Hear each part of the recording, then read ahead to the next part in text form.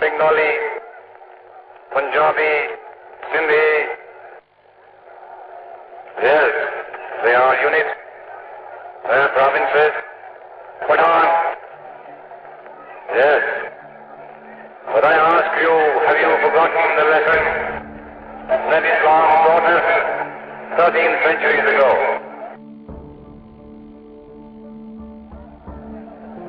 And I think you will agree with me that whatever else you may be or wherever you are, you're a Muslim. If you want to build up yourself into a nation and get rid of this poison, not give up this provincialism. You are only voicing my sentiments and the sentiments of millions of Muslims when you say that Pakistan should be based on sure foundations of social justice and Islamic socialism, not otherism. Brotherhood, equality, fraternity of man, these are all the basic points of our religion, culture and civilization. جی زید حامد صاحب، آپ نے قائد اعظم محمد علی جناح کی statement سنی ہے. وہ بڑا clearly کہہ رہے ہیں کہ اونلی اسلامک سوشلزم جو ہے اس کو ہمیں فالو کرنا چاہیے، باقی کوئی سوشلزم یا کوئی بھی ازم نہیں. لیکن ہم تو اس وقت سیکٹیرینزم میں بھی گھرے ہوئے نظر آ رہے ہیں، پروونشنلزم میں بھی گھرے ہوئے نظر آ رہے ہیں، کمیونزم میں بھی گھرے ہوئے نظر آ رہے ہیں. ہم نے تو بالکل ہی اپوزٹ ڈائریکشن اختیار کی ہوئی ہے اس وقت. لیکن نیلم، یہ بالکل ڈیسائسو مومنٹ ہے ہماری تاریخ کا.